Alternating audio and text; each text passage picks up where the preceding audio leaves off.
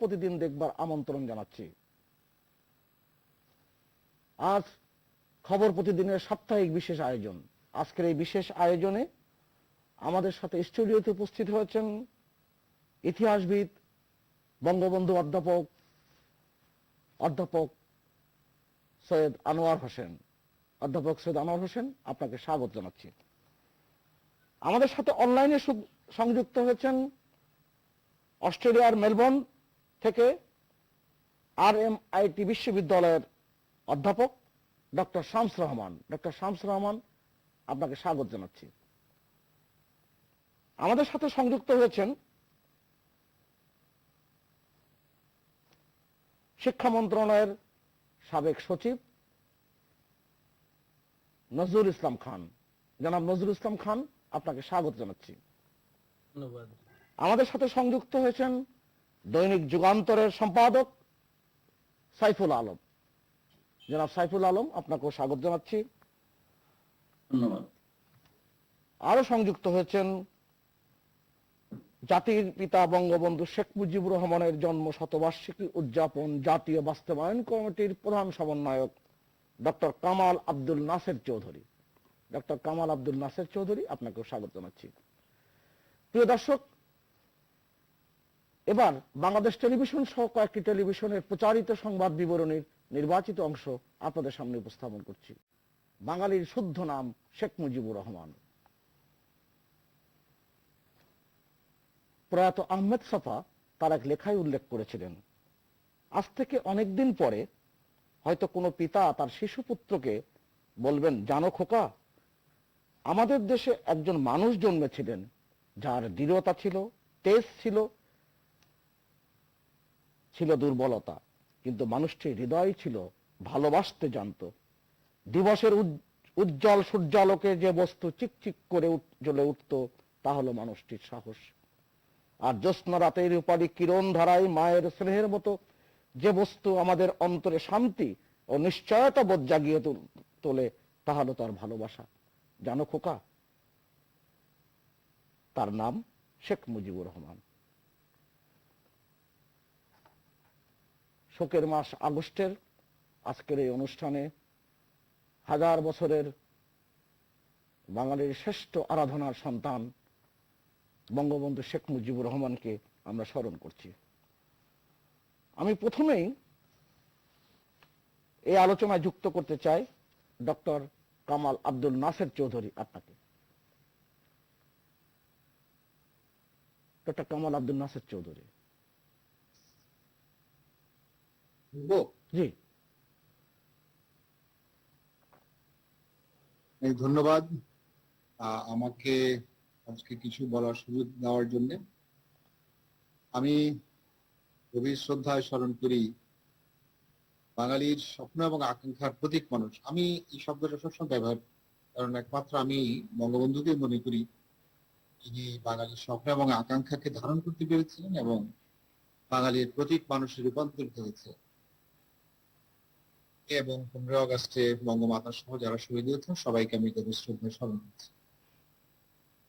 August মাস আসলে আমরা আমাদের হৃদয়ের গভীর শোক থেকে যে বেদনা আমরা সেটা প্রকাশ করি, বঙ্গবন্ধুকে আমরা স্মরণ করি, 15 আগস্টের শহীদদের স্মরণ করি এবং আমরা সারা বছরই আমরা করি। কিন্তু আমরা আমাদের শোকের যে অনুভবটা, সেই অনুভবটা কিন্তু অগাস্ট মাসে আমরা অনেক তীব্রভাবে সেটা অনুভব করি। অগাস্ট আসলে টি.এস. এলিয়টের একটা যে কবিতা আছে, এপ্রিল ইজ দ্য ক্রুয়েলেস্ট মান্থ, এটি আমাদের জন্য আসলে প্রযোজ্য নয়, আমাদের জন্য প্রযোজ্য হচ্ছে অগাস্ট এবং আমি বলবো শ্রাবণ। আমরা শ্রাবণের যে বর্ষণ, সেটার সঙ্গে আমাদের অশ্রু সব মিলেমিশে একাকার হয়ে গেছে। আপনি একটু লক্ষ্য করবেন যে বঙ্গবন্ধুকে হত্যার পরে, বিশেষ করে 16 আগস্টে যখন বঙ্গবন্ধুর মরদেহ নিয়ে ছিল, সেই সময় কিন্তু আমরা শোক প্রকাশ কেউ করতে পারিনি। 15 আগস্ট কিংবা 16 আগস্ট কিংবা তার পরবর্তী সময়ে একটা ঘাতক কবলিত বাংলাদেশ। যদি আসলে পৃথিবীর ইতিহাসে দেখি, আমরা দেখবো যে অনেক নেতা অ্যাসাসিনেটেড হয়েছেন, যেমন ধরেন আব্রাহাম লিঙ্কন হয়েছেন কিংবা জন এফ কেনেডি হয়েছেন। কিন্তু আব্রাহাম লিঙ্কনের ক্ষেত্রে যেটা হয়েছিল যে তার যখন মরদেহ, অর্থাৎ তখন কিন্তু তার সরকার ক্ষমতায়, এবং মরদেহ যখন নিয়ে যাওয়া হচ্ছে সেটা 2 সপ্তাহ লেগেছে এবং ওয়াশিংটন থেকে স্প্রিংফিল্ড পর্যন্ত আসলে নিয়ে যেতে ট্রেনে। একইভাবে আমরা দেখেছি যে জন এফ কেনেডি ক্ষেত্রে, সেটাও কিন্তু আমেরিকার ইতিহাস থেকে নাড়িয়ে দিয়েছিল অনেকটা। এবং অনেক প্রচুর কবিতা হয়েছে, প্রচুর লেখা হয়েছে তাদেরকে নিয়ে। মহাত্মা গান্ধীর মৃত্যুর পরে আহ জওহরলাল নেহেরু একেবারে যেটা স্বতঃস্ফূর্ত কথার মধ্যে বলেছিলেন যে সকল বাতি নিভে গেছে। আসলে কিন্তু আমাদের সব বাতি নিভে গিয়েছে, কিন্তু আমরা আমাদের যে শোকের যে যাত্রা 15 এবং 16 আগস্টে বঙ্গবন্ধুকে তার মরদেহ নিয়ে যখন যাওয়া হচ্ছে, এই যাত্রাটা কিন্তু আমরা প্রকাশ্যে সেভাবে করতে পারিনি, কিন্তু বাঙালির হৃদয়ে কিন্তু আমরা সবসময় এটা ধারণ করেছি। এবং পরবর্তীতে কিন্তু আপনি জানেন যে বঙ্গবন্ধু কন্যা যখন ফিরে আসার পরে যে আন্দোলন সংগ্রাম 21 বছর পরে কিন্তু বঙ্গবন্ধুর আদর্শটা পুনঃস্থাপিত হয়েছে। অর্থাৎ শোক থেকে যে যাত্রাটা হচ্ছে, সেই যাত্রাটাকে আমরা মনে করি এটা একটা জাগরণেরও যাত্রা। অর্থাৎ বঙ্গবন্ধুর আদর্শের পুনঃস্থাপন, বাঙালিয়ার একটা পুনঃস্থাপন, একটা পুনঃস্থাপন। ষড়যন্ত্রকারীরা ভেবেছিল যে বঙ্গবন্ধুকে হত্যা মানে, ব্যক্তিকে হত্যা মানে হচ্ছে আদর্শের মৃত্যু, কিন্তু ব্যাপারটা ঘটেনি। আদর্শ আরো বেশি উজ্জীবিত হয়েছে, আরো জাগরিত হয়েছে। তো সেই জন্য আমরা মুজিববর্ষ থেকে এবারে যে আয়োজনটা করেছি, আমরা সে আয়োজনের নাম দিয়েছি শোক থেকে শক্তি, শোক থেকে জাগরণ। অর্থাৎ বাঙালির যে এই যে জাগরণের যাত্রা, এই যাত্রাটা আসলে কখনো শেষ হবে না। আপনি দেখবেন যে আমরা যে বিভিন্ন ড্রপ ডাউন ব্যানার, আমাদের পোস্টার, এগুলি থেকে আমরা মনে করি যে এই জাগরণটাকে ধারণ করতে হবে।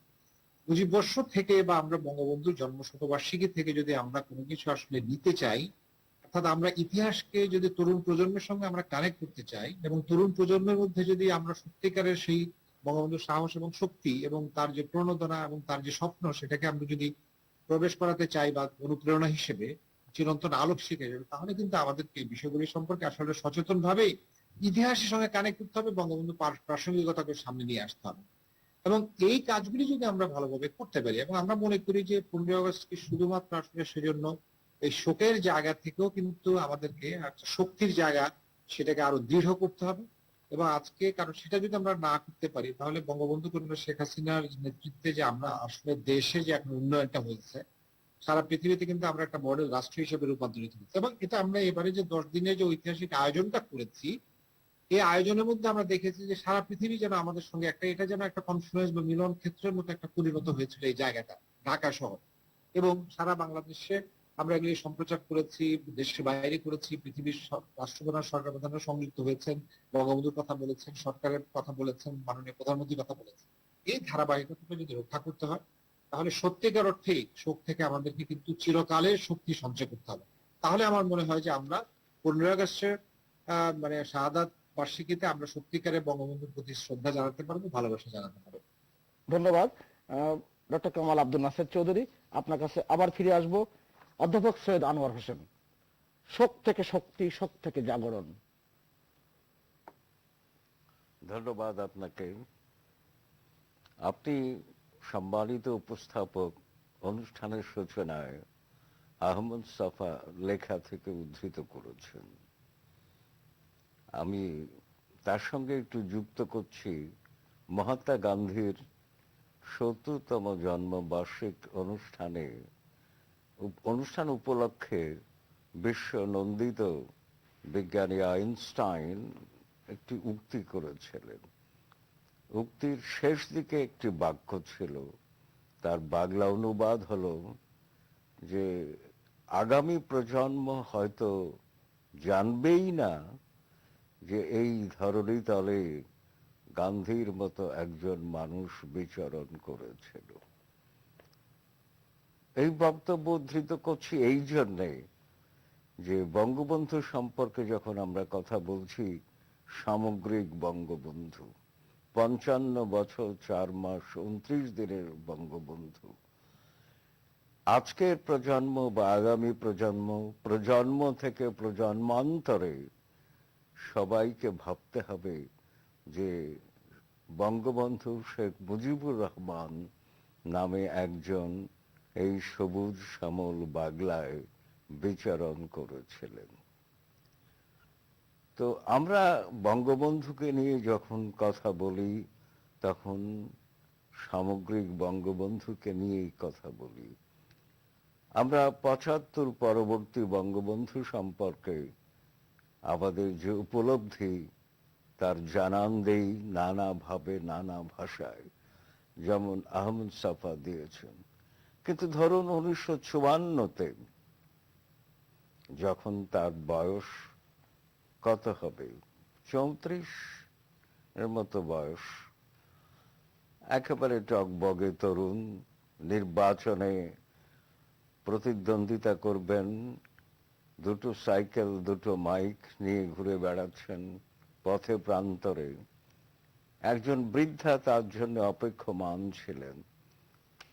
সেই বৃদ্ধা সেই সময়, যার দাঁড়াতে কষ্ট হয়, তিনি দাঁড়িয়েছিলেন এই তরুণকে দেখার জন্য।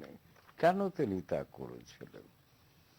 এবং আমরা তো জানি অসমাপ্ত আত্মজীবনীর সুবাদে ওই বৃদ্ধা তাকে এক বাটি দুধ খেতে দিয়েছেন, তার পর্ণকুটিরে নিয়ে গিয়ে, এবং 4 আনা পয়সা দিয়েছিলেন। বলেছিলেন, বাবা আমার আর তো কিছু নেই, এই পয়সাটা দিলাম তোমার নির্বাচনে কাজে লাগবে। বঙ্গবন্ধু পয়সাটা নেননি, কিছু যোগ করে হয়তো 2 টাকার মতো দিয়েছিলেন। তো সেই বৃদ্ধা তখনই উপলব্ধি করলেন এই তরুণ এক আলাদা তরুণ, যে তরুণ বিশিষ্ট হয়ে আছে তার নিজস্ব চারিত্রিক এবং ব্যক্তিক গুণাবলীর জন্য। তো এখন লক্ষ্য করুন ফিডেল কাস্ট্রোর কথা। ফিডেল কাস্ট্রো 1973-এ 6 থেকে 9 সেপ্টেম্বর আলজিয়ার্স চতুর্থ জোট নিরপেক্ষ শীর্ষ সম্মেলনে বঙ্গবন্ধুর সঙ্গে সাক্ষাৎ হলো তার। সেই সময় তার মুখ নিঃসৃত যে মন্তব্যটি আমরা হরহামেশা উদ্ধৃত করি, আমি হিমালয় দেখিনি, আমি শেখ মুজিবকে দেখেছি, সাহস আর ব্যক্তিত্বে এই মানুষটি হিমালয় সদৃশ। তো এমনি মানুষ নিয়ে আপনি আজকে আলোচনা অবতারণা করেছেন। অনেক তো কথা বলা যায়, কিন্তু টেলিভিশন অনুষ্ঠানের এই সীমিত সময়ে কত আর বলা যায়। তবে চুম্বক বলে যাচ্ছি বলেই আমার সম্মানিত দর্শক যারা টেলিভিশন পর্দার সামনে অপেক্ষমান, তারা জেনে রাখুন যে বঙ্গবন্ধু বাঙালি জাতি তৈরি করেননি, কিন্তু বাঙালি জাতিকে একটি রাষ্ট্রীয় সত্তায় ভূষিত করেছিলেন, যা আর কেউ পারেনি। বাঙালির ইতিহাস তো সেই শশাঙ্ক থেকে শুরু, শশাঙ্ক থেকে 594 খ্রিস্টাব্দ থেকে শুরু, এবং বাঙালির প্রথম শাসক হচ্ছে শশাঙ্ক, প্রথম রাজা। তো কিন্তু রাজ্য তখন ছিল, রাষ্ট্রের ধারণা তখন ছিল না। কিন্তু বঙ্গবন্ধু যখন কাজ করছিলেন তখন রাষ্ট্রের ধারণা উপনিবেশবাদে সুবাদে আমাদের মধ্যে এসে গেছে। বাঙালির তো আরো অনেক নেতা ছিলেন এবং তারাও বাঙালির স্বার্থের জন্য কাজ করেছেন, কথা বলেছেন, কিন্তু বাঙালির অন্তরের আরতি বুঝেছিলেন ওই একজনই, শেখ মুজিবুর রহমান নামের একজন তরুণ, টকবগে তরুণ, যিনি কোনোদিন মৃদু স্বরে কথা বলেননি, যিনি কোনোদিন রাজনীতির নামে ষড়যন্ত্র বিশ্বাস করেননি, যিনি খোলামেলা রাজনীতি করেছেন এবং যা বলা তার স্পষ্ট বলে দিয়েছেন।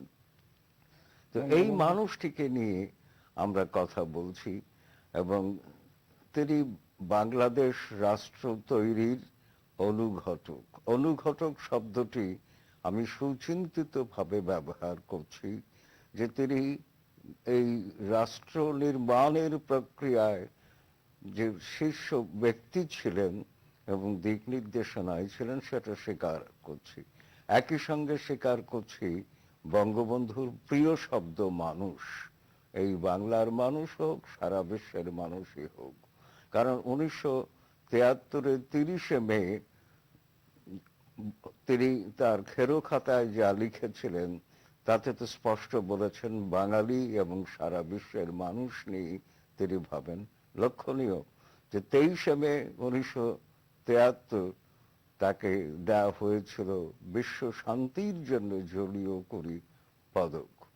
এবং আর একটি কথা, আমাকে আজকে এই মুহূর্তে অনেক কথার মধ্যে একটি কথা স্মরণ করতে বাধ্য, ওই যে আলজিয়ার সম্মেলনের কথা বলছিলাম, সেখানে বঙ্গবন্ধু তার ভাষণে এক ভয়ঙ্কর বাক্য উচ্চারণ করেছেন, ভয়ঙ্কর, সাম্রাজ্যবাদী পুঁজিবাদীদের জন্য ভয়ঙ্কর, আমাদের জন্য তা মনে হবে যে চিৎ প্রকাশের একটি প্রতীক বাক্য ছিল সেটি। তিনি বলেছিলেন, বিশ্ব আজ দুভাগে বিভক্ত, শোষক আর শোষিত, আমি শোষিতের পক্ষে। অধ্যাপক সৈয়দ আনোয়ার হোসেন, আমি আপনার কাছে আবার ফিরে আসব। আমি এই জায়গাটা যুক্ত করতে চাই জনাব নজরুল ইসলাম খান আপনাকে। শোক থেকে শক্তি, শোক থেকে জাগরণ, আপনি শিক্ষা মন্ত্রণালয়ের গুরুত্বপূর্ণ দায়িত্ব, সচিবের দায়িত্ব পালন করেছেন, মাননীয় প্রধানমন্ত্রীর একান্ত সচিব ছিলেন, এখন বঙ্গবন্ধুর যে ট্রাস্ট, সেই ট্রাস্টের গুরুত্বপূর্ণ দায়িত্ব, ক্রিয়েটর দায়িত্ব পালন করছেন, এবং সবচেয়ে বড় ব্যাপার secret documents on Bangabandhu Sheikh Mujibur Rahman, এই যে 14 খণ্ডের কাজের সাথে আপনি গভীরভাবে যুক্ত। আজকের এই শোকের মাস আগস্টে আমরা যে আলোচনা করছি, সেই শোক থেকে শক্তি, শোক থেকে জাগরণ, আপনার। ধন্যবাদ। শোক থেকে শক্তি এবং শোক থেকে জাগরণ, এজন্য সচেতনের প্রয়োজন হয়। সচেতনতা, শিক্ষায় মানুষকে সচেতন করতে পারে। আমরা লক্ষ্য করি বঙ্গবন্ধু নিজেই সেটি অনুসরণ করতেন। আমি যদি 1958 সালের 12ই নভেম্বরের কথা দেখি, বঙ্গবন্ধু তখন ঢাকা কেন্দ্রীয় কারাগারে। বঙ্গবন্ধু স্ত্রীকে বললেন কিছু বই আনতে, বঙ্গবন্ধুর স্ত্রী কিছু বই নিয়ে গেলেন, 6টি বই নিয়ে গিয়েছিলেন। একটি বই হচ্ছে সেলফ রেস্ট্রেইন্ট, আরেকটি হচ্ছে সেলফ ইন্ডালজেন্স, আরেকটি বই হচ্ছে ইন দ্য হাই ইয়েমেন, আরেকটি বইয়ের নাম সেন্স অ্যান্ড সেন্সিবিলিটি, এর পরের বইটির নাম হচ্ছে 60 ডেজ ইন আমেরিকা, আরেকটি বই হচ্ছে মরুচিত্ত হিংলাজ, আরেকটি পথে প্রান্তরে। 6টি বলেছি আমি, 7টি বই হবে। বঙ্গবন্ধু সব সময় নিজেই যেটি চর্চা করতেন, অন্যকে সেটি বলতেন। বঙ্গবন্ধুর স্ত্রী এই বইগুলো নিয়ে হাজির হলেন কেন্দ্রীয় কারাগারে। এটি তো শুধু একদিনের কথা, শুধু পড়াই কেন, বঙ্গবন্ধু নিজে লিখেছেন। উনি বিশ্বাস করতেন যে বাঙালি জাতির যে জ্ঞান, যে ইতিহাস, সেটি এক জেনারেশন থেকে পরবর্তী জেনারেশনে হস্তান্তরের প্রয়োজন হয়। সেই জন্য আমাদের সংস্কৃতি প্রিজার্ভ হয়, এই জন্য আমাদের ইতিহাস সংরক্ষণ হয়। উনি নিজেই যখন ক্ষমতায়, স্বাধীনতার পর যখন উনি দেশের প্রধানমন্ত্রী, সেই সময় উনি প্রথমেই শিশুদের জন্য আইন প্রণয়ন করেছিলেন, শিশু আইন। আমরা লক্ষ্য করি শিশুদের বিকাশের জন্য, শিশুদের মঙ্গলের জন্য উনি এই আইনেই উল্লেখ করেছেন যে শিশুদের প্রাপ্তবয়স্কদের সাথে একসাথে আটক রাখা যাবে না, বিচার করা যাবে না, জেলখানায় দেওয়া যাবে না, তাদের জন্য সংশোধনাগার করেছিলেন। আমরা লক্ষ্য করি নীতি নৈতিকতার বিষয়ে তিনি ঘোড়দৌড় নিষেধ করেছিলেন 1972 সালের 15ই জানুয়ারি। এর কারণ হচ্ছে ঘোড়দৌড় ঠিক অপরাধ না, কিন্তু এই ঘোড়দৌড়কে কেন্দ্র করে জুয়া বা বাজি ধরা হতো। বঙ্গবন্ধু নিজে বারবার বলেছেন শিক্ষা মুক্ত পরিবেশে ছাড়া হয় না। তাই ঢাকা বিশ্ববিদ্যালয় আদেশ 1973-এ বিশ্ববিদ্যালয়ে মুক্ত পরিবেশে বিদ্যা চর্চার সুযোগ সৃষ্টি করে দিয়েছিলেন ঢাকা বিশ্ববিদ্যালয় আদেশ 1973 দিয়ে। এরকম অনেক উদাহরণ দেওয়া যাবে। বঙ্গবন্ধু নিজে সংবিধান দেওয়ার পর বক্তৃতায় উল্লেখ করছেন, তোমাদেরকে সংবিধানে জাতীয়তাবাদের কথা উল্লেখ করেছি এই কারণে যে তোমরা যাতে হানাহানি না করো নিজেদের মধ্যে। তোমরা যখন শিক্ষিত হবে তখন এই জাতীয়তাবাদের আর প্রয়োজন হবে না, তখন হবে বিশ্বজনীনতাবাদের চর্চা। এমনি ভাবে তিনি নিজে যেমনি লেখক ছিলেন, তার আত্মজীবনীতে হেন জিনিস নেই যে উনি লেখেননি। শিক্ষাকে উনি উৎসাহিত করার জন্য শিক্ষাকে রাষ্ট্রের দায়িত্ব হিসেবে নিয়েছেন ক্ষমতায় আসার পর। উনি 36,000 প্রাথমিক বিদ্যালয়কে সরকারি করেছেন, যেন শিক্ষকদের শুধু বেসিক নিডসই না, সিকিউরিটি নিডসেরও কোনো অসুবিধা না হয়। অর্থাৎ জাতিকে পরবর্তী প্রজন্মের কাছে ভালোভাবে তুলে ধরার জন্য, সংস্কৃতিকে তুলে ধরার জন্য, বিজ্ঞানকে তুলে ধরার জন্য, এবং এই জাতির যুগে যুগে যে অ্যাচিভমেন্ট, যে অর্জন, তা সবকিছুই বাংলা ভাষার, বাঙালির যে মাতৃভাষার যে আন্দোলন, এই সব কিছুই যাতে শিক্ষার মাধ্যমে তুলে ধরা হয় তার ব্যবস্থা করেছিলেন। কারণ উনি নিজে বিশ্বাস করতেন শিক্ষা হচ্ছে জীবনের জন্য প্রস্তুতি, এবং জীবনের জন্য প্রস্তুতির একটি অংশ হচ্ছে সংস্কৃতি। ধন্যবাদ। নজরুল ইসলাম খান, অসংখ্য ধন্যবাদ। আপনার সাথে আবারও সংযুক্ত হব। জনাব সাইফুল আলম, আপনি আলোচনা শুনছিলেন। আলোচনা যে জায়গায় যে বিস্তৃত হচ্ছে, আমি জানি না 40-45 মিনিটে আমি এটা সামলাতে পারবো কিনা। শোক থেকে শক্তি, শোক থেকে জাগরণ। ধন্যবাদ আপনাকে। আমি অত্যন্ত মনোযোগের সঙ্গে আলোচনা শুনছিলাম। আসলে আগস্ট মাস আসলেই আমরা একটু আবেগতাড়িত হই, কারণ আমরা বিশ্বাস করি যে একজন শেখ মুজিব, একটি বাংলাদেশ, একজন বঙ্গবন্ধু, একজন লাল পতাকা শোভিত, সবুজ পতাকা শোভিত একটি স্বাধীন দেশের অস্তিত্ব। এই কারণে বলছি যে আসলে বঙ্গবন্ধু ছাড়া আমাদের জাতিসত্তার বিকাশ চিন্তাও করা যেত না। কারণ এদেশে সকল প্রগতিশীল আন্দোলনের সূচনা তার হাত ধরেই। ভাষা আন্দোলন বলেন, শিক্ষা আন্দোলন বলেন, মানুষের অধিকারের আন্দোলন কথা বলেন, আমাদের স্বায়ত্ত শাসনের কথা বলেন, সাম্প্রদায়িকতার বিরুদ্ধে যে আন্দোলন, সে আন্দোলনের কথা বলেন, সকল আন্দোলনের মূল শক্তি প্রেরণা বঙ্গবন্ধু ছিলেন। কাজেই তারই ধারাবাহিকতায় আমরা জানি যে আমরা মহান মুক্তিযুদ্ধ অনুষ্ঠিত হয়েছে তার নামে, তার প্রেরণায়, এবং আমরা স্বাধীন একটি সার্বভৌম দেশ পেয়েছি। কিন্তু সেই ধারাটি আমরা বেশি দিন ধরে রাখতে পারিনি। বঙ্গবন্ধু নিপীড়িত মানুষের পক্ষে ছিলেন, মানুষের অধিকার প্রতিষ্ঠার পক্ষে ছিলেন। বঙ্গবন্ধু শোষিতের পক্ষে ছিলেন, যে কারণে এর বিপরীতে যাদের অবস্থান তারা কখনোই তাকে সহ্য করে নাই, এবং যে কারণে তার চলার পথ ছিল কঠিন। বন্ধুর জীবনের অধিকাংশ সময় তাকে কারাগারে কাটাতে হয়েছে, নানা ধকল সহ্য করতে হয়েছে, পুলিশ নির্যাতন সহ্য করতে হয়েছে, হুলিয়া নিয়ে পালিয়ে বেড়াতে হয়েছে। এরকম পরিস্থিতি এবং এরকম পরিস্থিতির মধ্যেই তাকে অগ্রসর হতে হয়েছে। এবং সর্বশেষ আমরা সেটি লক্ষ্য করলাম যে স্বাধীনতা পেয়েছি আমরা, কিন্তু 3.5 বছরের মধ্যেই ষড়যন্ত্রকারীরা, যারা সেই অপশক্তি, তারা কিন্তু সেটি সহ্য করে না, যে কারণে তারা এবং তাদের দোসররা দেশে এবং দেশের বাইরের শক্তি সম্মিলিতভাবে, মিলিতভাবে 15 আগস্টের মতো একটি নারকীয় হত্যাযজ্ঞ চালিয়েছে।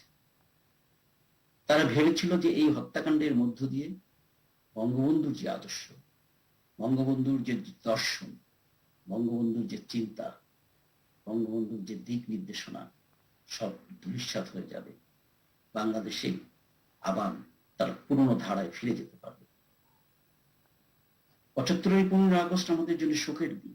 এর চেয়ে বড় শোক বাঙালির জন্য অতীতে কখনো আর আসে নাই, আর কোনদিন আসবেও না। এটা সত্যি কথা। কিন্তু এটাও সত্যি কথা যে সেখান থেকে যে প্রেরণা, যে জাগরণের বাণী উচ্চারিত হয়েছে, তারই ধারাবাহিকতায় আজকের বাংলাদেশে দেখেন 75 থেকে ধারাবাহিকভাবে অন্তত 21 বছর বাংলাদেশের ইতিহাস পাল্টে দেওয়ার চেষ্টা করা হয়েছে। মুক্তিযুদ্ধের গৌরব ম্লান করে দেওয়ার চেষ্টা করা হয়েছে, আবার সাম্প্রদায়িকতা ফিরিয়ে আনার চেষ্টা করা হয়েছে। শোষণ, অত্যাচার, নির্যাতন, বিচারহীনতার সংস্কৃতি, এদেশে চালু করা হয়েছিল, কিন্তু সেটি কি আজকে বাংলাদেশে আছে? নাই। কারণ জাগরণের মধ্য দিয়ে সেগুলো বন্যার পানির মতো ভেসে গেছে। 34 বছর অপেক্ষা করলেও কিন্তু সেই বিচারটি সম্পূর্ণ হয়েছে, জাতির পিতার হত্যাকাণ্ডের বিচার হয়েছে। সেটি নিয়ে যদিও আমাদের অনেক কথা আছে, যে আমরা কখনোই বিশ্বাস করি না 12 জন কিংবা 15 জন মানুষ জাতির পিতাকে হত্যা করতে পারে। একটি দর্শনকে, একটি চিন্তাকে, একটি জাতিসত্তাকে বিনাশ করার মতো এরকম একটি আগ্রাসী ভূমিকা গ্রহণ করতে পারে।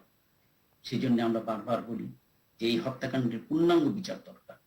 এই হত্যাকাণ্ডের সঙ্গে কারা চিন্তা করেছে, কারা জড়িত ছিল, কারা হত্যাকাণ্ড বাস্তবায়ন করেছে, বাস্তবায়নের পর কারা তাদের আশ্রয় প্রশ্রয় দিয়েছে, চাকরি দিয়েছে, পুনর্বাসিত করেছে, এই হত্যাকাণ্ডের পর ইনডিবিলিটি আইন কারা লিখেছে, সেই সময় কারা নীরব ছিল, কারা এই হত্যাকাণ্ডের সুবিধাভোগী, সবার মুখোশটা উন্মোচিত হওয়া দরকার।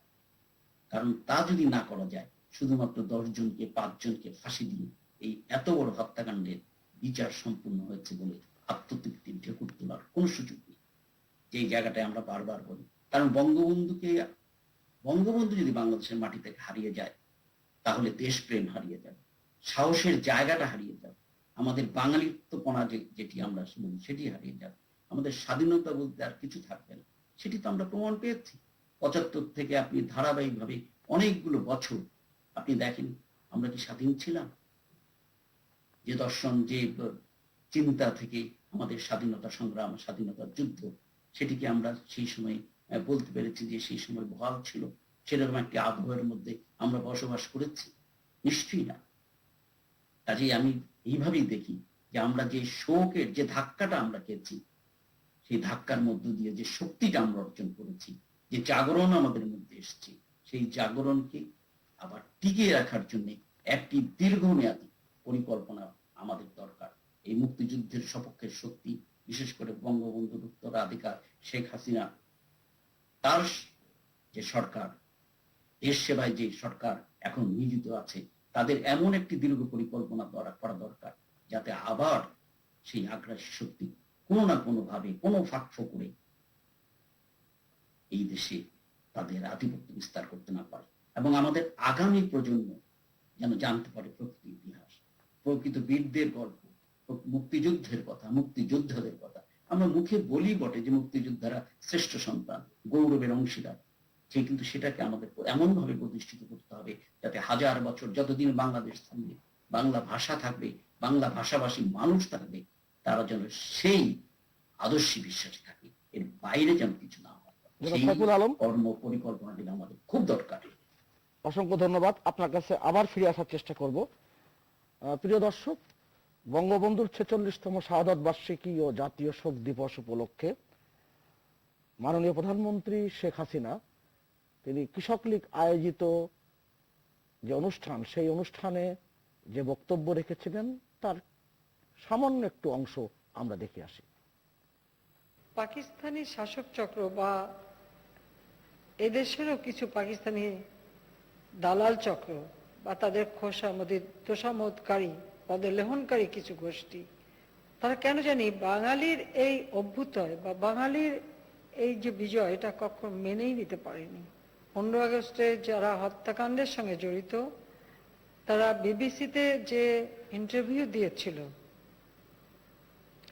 সেই ইন্টারভিউতেই কিন্তু তারা বলেছিল যে জিয়াউর রহমান যে উপসামরিক প্রধান ছিল, সেনাপ্রধান ছিল, তার সাথে তাদের যোগাযোগ ছিল, সম্পর্ক ছিল, এবং সফল হতে পারলে সে তাদের পাশে থাকবে এই কথাও দিয়েছিল এবং সব রকম সহযোগিতাও করেছিল।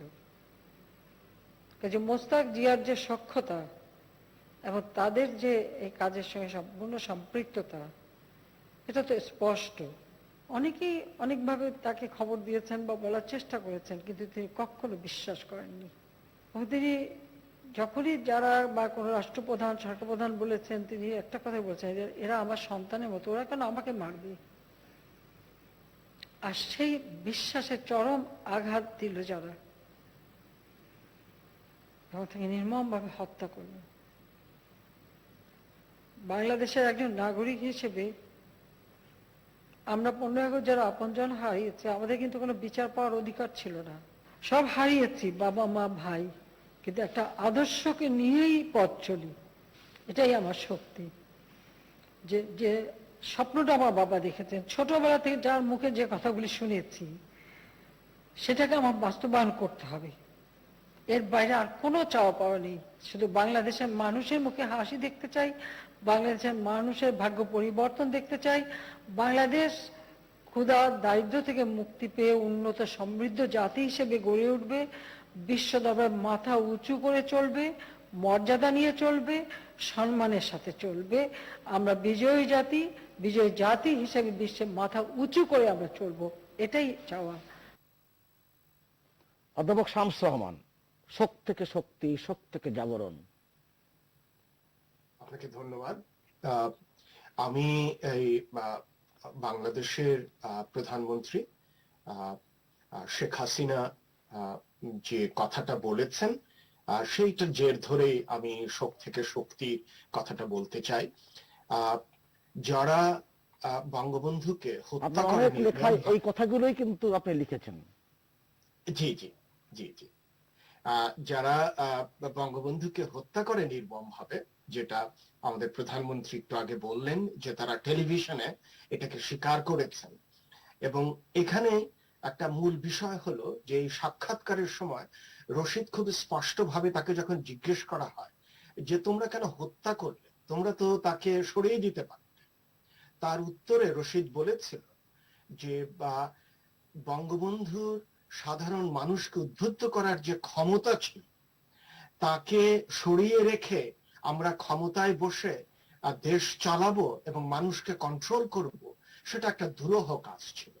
তো সেই হিসাবে তারা ভেবেছে যে আমরা যদি বঙ্গবন্ধুকে সরিয়ে দিতে পারি হত্যার মাধ্যমে, তাহলেই বোধহয় আমাদের কার্য সিদ্ধ হবে।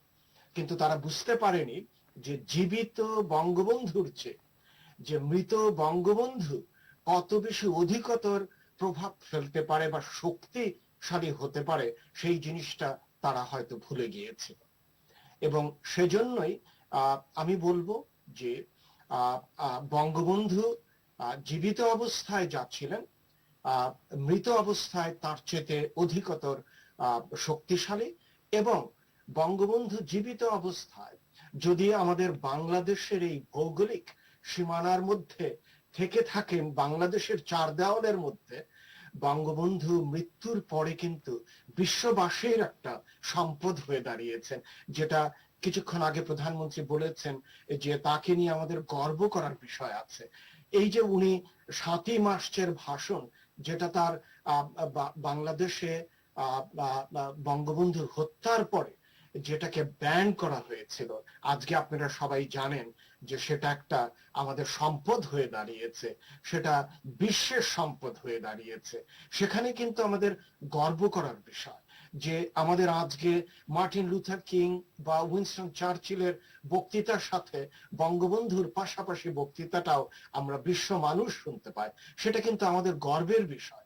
তো সেই হিসাবে আমি বলবো যে ইয়েস, চার দেওয়াল থেকে বঙ্গবন্ধু বেরিয়ে এসছেন এবং তার বিশ্বাস এবং তার যে শক্তি এবং তার যে আদর্শ, সেটা বিশ্ববাসীর কাছে ছড়িয়ে গেছে। খুব সম্প্রতি আপনারা জেনে থাকবেন যে সেটা যখন আমাদের নোবেল বিজয়ী প্রখ্যাত অর্থনীতিবিদ অমর্ত্য সেন বঙ্গবন্ধুকে সেজন্যই উনি আর বঙ্গের বন্ধু হিসাবে না রেখে উনি বিশ্বের বন্ধু হিসাবে আখ্যায়িত করেছেন এবং করে বলেছেন যে উপমহাদেশ আজ, আমাদের এই উপমহাদেশ আজ আদর্শগত বিভ্রান্তির শিকার হয়ে এক কঠিন পরিস্থিতির মধ্য দিয়ে চলেছে। এই দুর্দিনে পথ নির্দেশ এবং প্রেরণার জন্য আমাদের বঙ্গবন্ধুর কাছে সাহায্য চাইবার যথেষ্ট কারণ আছে। বঙ্গবন্ধুর চিন্তা এবং বিচার বিশ্লেষণ যে সেসব দিক থেকে আজ অত্যন্ত প্রাসঙ্গিক। তাহলে আমরা দেখতে পাচ্ছি এখানে যে মৃত বঙ্গবন্ধু কতটা শক্তিশালী এবং কতটা প্রভাব বিস্তার করতে পেরেছেন শুধু বাংলাদেশে নয়, বিশ্ববাসীর কাছে। এবং এখানে আমি যদি বঙ্গবন্ধুর আহ, আহ, আহ, জীবনের সাথে যদি আমি একটু দেখার চেষ্টা করি এই জায়গাটা, আমি খুব সংক্ষেপেই বলবো এখানে যে বাংলাদেশের জন্য কি বঙ্গবন্ধুর প্রয়োজন ছিল? একটা কথা বিজ্ঞ আলোচক বলেছেন যে বঙ্গবন্ধু আসলে বঙ্গবন্ধুর জন্ম না হলে আমরা বাংলাদেশ পেতাম কিনা সেটা যথেষ্ট সন্দেহ আছে। তবে এটা সত্য কথা যে বঙ্গবন্ধু শুধু স্বপ্ন দেখেই কিন্তু চলে যাননি, উনি স্বপ্নকে বাস্তবায়িত করে চলে গেছেন। এবং এই যে একটা প্র্যাগম্যাটিক একটা দিক বঙ্গবন্ধুর, যে শুধু বলা না কিন্তু সেই আদর্শকে বাস্তবায়ন করার চেষ্টা করা, এবং সেটা উনি করেছেন। যার জন্য আমরা বারবার কিন্তু দেখি আমরা বঙ্গবন্ধুকে, জীবিত বঙ্গবন্ধুকে, যে উনি মাটি আঁকড়ে থাকতেন, বাংলাদেশের মাটি আঁকড়ে থাকতেন। উনি কিন্তু অন্য কোথাও যেতেন না। উনি মৃত্যুর সময় মাটি আঁকড়ে থেকেছেন, উনি যুদ্ধের সময় মাটি আঁকড়ে থেকেছেন, উনি 12-14 বছর জেল খেটেছেন, উনি বাংলাদেশের মাটি আঁকড়ে থেকেছেন, এবং সেই সাথে উনি বাংলার মানুষকে ঘিরে থেকেছেন। সেহেতু উনি যেরকম মাটি এবং মানুষকে নিয়েই ছিল ওনার রাজনীতি, এবং আমি মনে করি যে সেখানেই বঙ্গবন্ধুর কৃতিত্ব। সেই আদর্শকে আমাদের প্রজন্মের কাছে ছড়িয়ে ছিটিয়ে দিতে হবে। বঙ্গবন্ধু আজকে আমাদের কাছে সামনে নেই, কিন্তু তার আদর্শ আছে। সেই আদর্শ দিক থেকে আমরা দেখেছি সে আদর্শ শুধু বাংলাদেশের মানুষ না, সেটা বহির্বিশ্বের মানুষও সেটাকে গ্রহণ করছে। এবং সেই সাথে সাথে আমাদের প্রজন্ম যেন দীর্ঘ থেকে দীর্ঘতম সময়ের জন্য সেই আদর্শ এবং চেতনা ধারণ করে আমাদেরকে একটা বাংলাদেশকে বিশ্ববাসীর সামনে একটা গর্বের দেশ হিসাবে, গর্ব জাতি হিসাবে তুলে ধরে এবং রক্ষা করতে পারে, সেই দিকটা আমাদের খেয়াল রাখতে হবে। আমরা যারা এখন এই বয়োজ্যেষ্ঠ, এবং তাদেরকে এই দায়িত্বটা নিতে হবে, এবং এটা আন্তরিকতার সাথে এই কাজগুলো করতে হবে। অধ্যাপক শামসুর রহমান, আপনাকে অসংখ্য ধন্যবাদ। দেখতে দেখতে অনুষ্ঠানের প্রায় 40 মিনিটের কাছাকাছি এসেছে। আমি অধ্যাপক সৈয়দ আনোয়ার হোসেন, কবি শামসুর রহমান বলেছিলেন, ধন্য সেই পুরুষ যার নামের ওপরে পতাকার মতো দুলতে থাকে স্বাধীনতা। ধন্যবাদ। এবং শোক থেকে শক্তি, শোক থেকে জাগরণ। ধন্যবাদ। আপনি যদি স্যার 1 মিনিট আমাদের সামনে উপস্থাপন করেন। বঙ্গবন্ধু শক্তির উৎস ছিলেন, তার শক্তি বাংলাদেশ নির্মাণে কাজে লেগেছে। তাকে হারিয়ে আমরা শোকাভিভূত হয়েছিলাম, কিন্তু এখন দেশে এবং সারা বিশ্বে যখন মুজিব নন্দে পাঠ চলছে, তখন আমি বুঝতে পারি জাগরণ কাকে বলে। আরো বুঝতে পারি যখন পাকিস্তানের সঙ্গে তুলনা করে বাংলাদেশের অবস্থান অনেক এগিয়ে থাকা, পাকিস্তান তো ব্যর্থ রাষ্ট্রের পর্যায়ে চলে গেছে। সেই জন্য মনে করি যে শোক থেকে আমরা শক্তিতে রূপান্তরিত করেছি আমার চেতনাকে। এখন জাগরণে আমরা বিস্ফোরিত হয়ে আছি, সারা বিশ্ব অবাক হয়ে তাকিয়ে আছে আমার দিকে, আমার বাংলাদেশের দিকে। অসংখ্য ধন্যবাদ। ডক্টর কামাল আব্দুল নাসের চৌধুরী, শোক থেকে শক্তি, শোক থেকে জাগরণ। আমি একটু দুটো প্রসঙ্গ একটু বলতে চাই। একটি হচ্ছে যে আপনারা জানেন যে 1971 সালে নিউজউইক পত্রিকা বঙ্গবন্ধুকে পোয়েট অফ পলিটিক্স আখ্যা দিয়েছিল, রাজনীতির কবি। এবং এরপরে নিউজউইক, এটা ছিল 5ই এপ্রিলের সংখ্যাটা খুলেছিল। এরপরে আবার আরেকটি সংখ্যায় পরের সপ্তাহে যেটা হয়, লরেন জেনকিন্স যে সাংবাদিক আসলে লিখেছিল, তিনি একটা কথা, খুব গুরুত্বপূর্ণ কথা পরের সংখ্যাতেও আবার লিখেছিলেন। তিনি লিখেছিলেন যে বঙ্গবন্ধু একটা সাক্ষাৎকার, মানে ওনার সঙ্গে কথা বলার সময় বলেছিলেন যে বুলেট কি আত্মাকে নিশ্চিহ্ন করতে পারেন, বুলেট কিংবা মেশিন। ঠিক একই কথার আমরা আসলে পুনরাবৃত্তি আমরা দেখি। সেটা আমরা দেখি যখন 1972 সালে ডেভিড ফ্রস্ট যখন বঙ্গবন্ধুর আসলে সাক্ষাৎকার নিচ্ছিলেন, বঙ্গবন্ধু কিন্তু তখন এটা বলেছিলেন যে বুলেট আত্মাকে নিশ্চিহ্ন করতে পারে। বঙ্গবন্ধুর ক্ষেত্রে কিন্তু আসলে সেটি ঘটেছে। বঙ্গবন্ধুর, আমি একটি অবদানের কথা খুবই সংক্ষেপে বলি, কারণ যেহেতু ইতিহাসের বিষয়গুলো এসেছে। একটি হচ্ছে যে বাঙালিরা যদি আমরা এথনোলিঙ্গুইস্টিক দৃষ্টিকোণ থেকে দেখি, অর্থাৎ যেটাকে আমরা বলি নৃভাষা বৈজ্ঞানিক দৃষ্টিকোণ, বাঙালি জাতিসত্তা যে নিজস্ব যে ভাষা আছে, সে ভাষা গোষ্ঠীর যে দৃষ্টিকোণ, কারণ বঙ্গবন্ধু কিন্তু লিঙ্গুইস্টিক ন্যাশনালিজমের ভিত্তিতে একটা রাষ্ট্র প্রতিষ্ঠা করেছে। সেটা যদি আমরা দেখি যে সারা পৃথিবীতে বাঙালিরা হচ্ছে তৃতীয় বৃহত্তম জাতিসত্তা। আমি আবারও বলছি, সারা পৃথিবীতে বাঙালিরা হচ্ছে তৃতীয় বৃহত্তম জাতিসত্তা, কিন্তু এই জাতির কোন রাষ্ট্র ছিল না। বঙ্গবন্ধু হচ্ছে প্রথম যিনি বাঙালি জাতির জন্য একটা রাষ্ট্র প্রতিষ্ঠা করেছেন, এবং সেই জন্য আসলে আমাদের ইতিহাসের যে অন্যান্য রাজনীতিবিদ অনেক প্রণম্য বা বড় রাজনীতিবিদ ছিলেন, কিন্তু তাদেরকে ছেড়ে বঙ্গবন্ধু অনেক উঁচুতে উঠে গিয়েছেন। এই বঙ্গবন্ধুকে আসলে নিশ্চিহ্ন করা তো সম্ভব নয়। সর্দার ফজলুল করিম একটা চমৎকার কথা লিখেছিলেন, সেটা 1992 সালে ভোরের কাগজে লেখাটা ছাপা হয়েছে।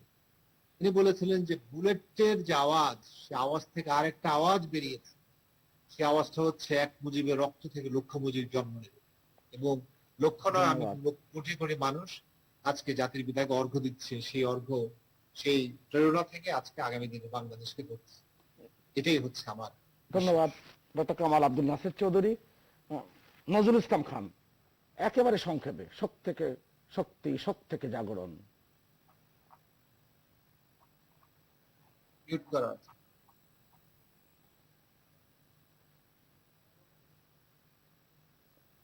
বঙ্গবন্ধু কন্যা শেখ হাসিনা রাষ্ট্র ক্ষমতায় আসার পর আমার মনে হয় বঙ্গবন্ধুর বিষয়ে যে কথাটি শোক থেকে শক্তি, সেই শোককে শক্তিতে পরিণত করা হয়েছে।